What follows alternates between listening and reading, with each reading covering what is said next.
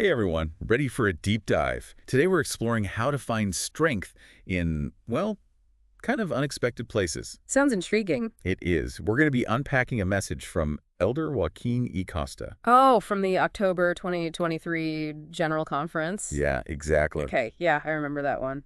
It was really powerful, and one of the things that struck me was how he starts right out by emphasizing the full name of the Church of Jesus Christ of Latter-day Saints. And I'll be honest, I don't always say the whole thing. You know what I mean? Oh, for sure. We often shorten it out of, practicality. Right, exactly. Yeah. But listening to him, it made me wonder why he chose to say the whole thing. What do you think? Is there a significance there? Yeah, that's a great observation. And I think there's a definite intentionality to it, you know? It's like he's grounding the whole message right from the start. Grounding in how? In Jesus Christ. It's his church, his gospel. It's his example we should be, striving for. I see. It's like a reminder that it all goes back to Christ. Precisely. And that's essential because ultimately that's where the strength he's talking about comes from. That makes a lot of sense. And it connects to, the history of the church, too, for those who may not know. The full name is really a direct link back to its origins. Oh, how so? Well, it's about the restoration of the ancient church, the one that Christ himself established. So by using the full name, it's almost like setting the GPS coordinates for the whole conversation. I like that. Setting the GPS coordinates. So he's establishing that this is about Jesus Christ. And then he jumps into some really intense real-life stories. Oh, yeah. Like the story about the woman who was serving a mission when her husband passed away. Oh, my goodness. And the young woman in Argentina, Flavia, I think her name was, who lost her leg during a robbery. Right, and those aren't hypotheticals. Those are very real people facing some really, really tough stuff. It makes you wonder, where's the strength in those moments? You hit the nail on the head. That's exactly what Elder Costa wants us to think about. So it's not that faith means nothing bad will happen. No, not at all. It's almost the opposite, really. He's saying that it's in those trials, in those fires, that true strength is forged. It's how we deal with the hard things that matter. Exactly. It's about how we navigate the storm, not whether we encounter one at all.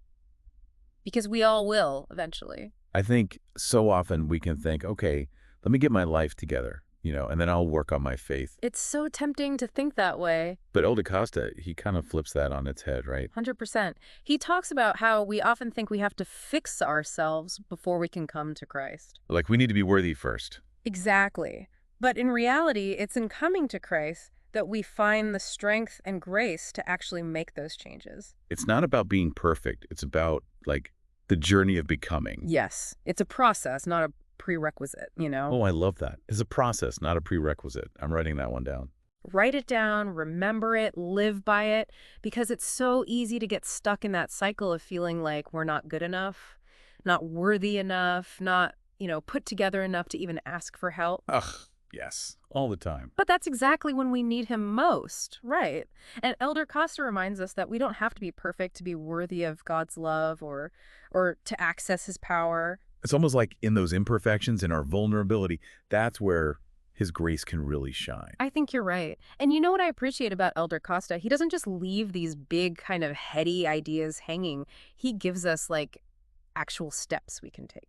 Yeah, like what? Well, he talks about his own routine, like starting each day with prayer and scripture study. He does that every day. He does. He says it helps him, remember God throughout the day. I see. So it's not just about, the act itself. No, it's about creating a connection that carries through everything else you do. Okay, so taking those small and consistent actions can have a big impact. Exactly. And you know what? That leads perfectly into what he says about covenants. Covenants. Okay, now those always make me think, oh boy, big commitments. Right. They can feel like a lot. Yeah.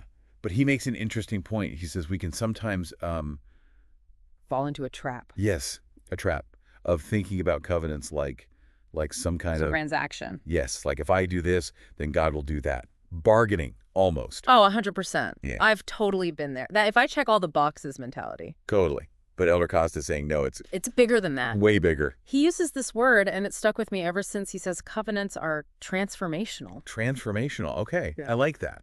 But what does that actually, look like? How do covenants actually change us? That is the question, isn't it? And Elder Costa suggests that it's all about aligning ourselves with the very power of Jesus Christ. Okay, so through covenants, we get more of His grace, yeah. And through his grace, we become we become more like him. So it's not just about, like, outward actions. It's about, The interchange. It's about overcoming our limits, about forgiving even when it's, really hard, about developing compassion, patience, love. it's not a checklist. It's a transformation of the soul. Yeah.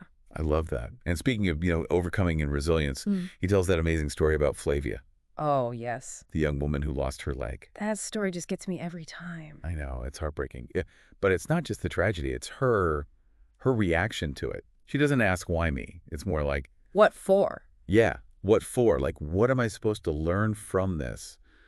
Amazing perspective. Talk about strength. Right. I mean, that's faith in action.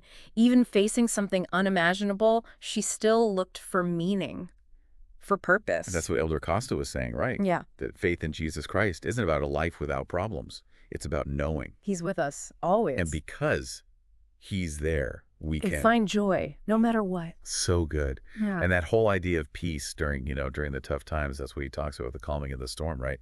Oh, yeah.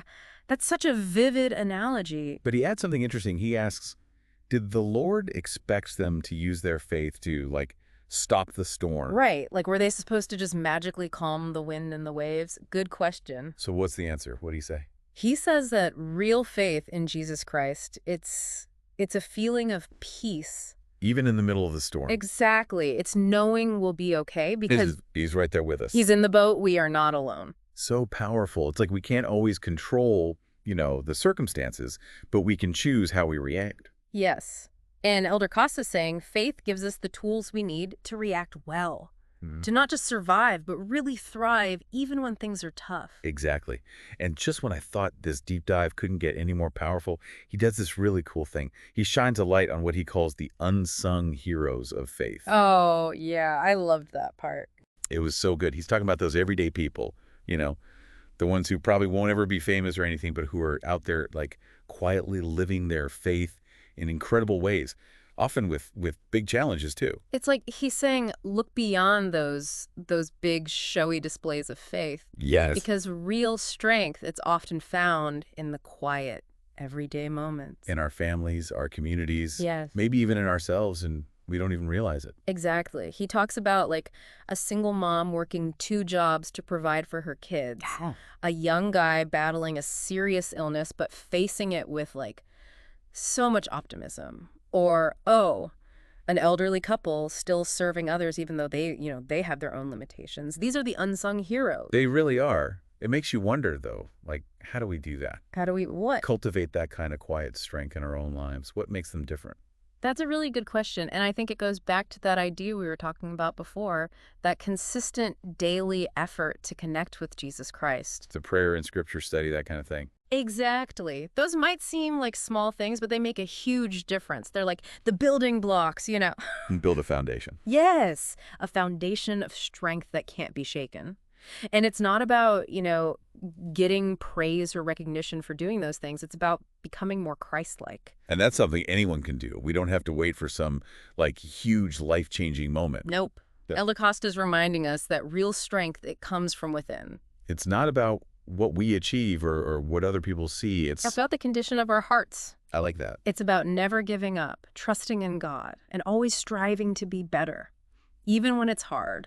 This has been such a great deep dive. It's like Elder Costa has given us this whole, like, instruction manual for dealing with life's challenges. And not just dealing with them, but using them, to become our best selves. So it's so good. It's a powerful reminder that even when the world feels chaotic and scary, faith in Jesus Christ can be a constant source of strength, peace, and hope. Absolutely. So as we go about our day today, let's try to be more like those unsung heroes. Let's be beacons of hope and resilience in our own little corners of the world. I love that. And that's our deep dive for this week. Thanks for joining us.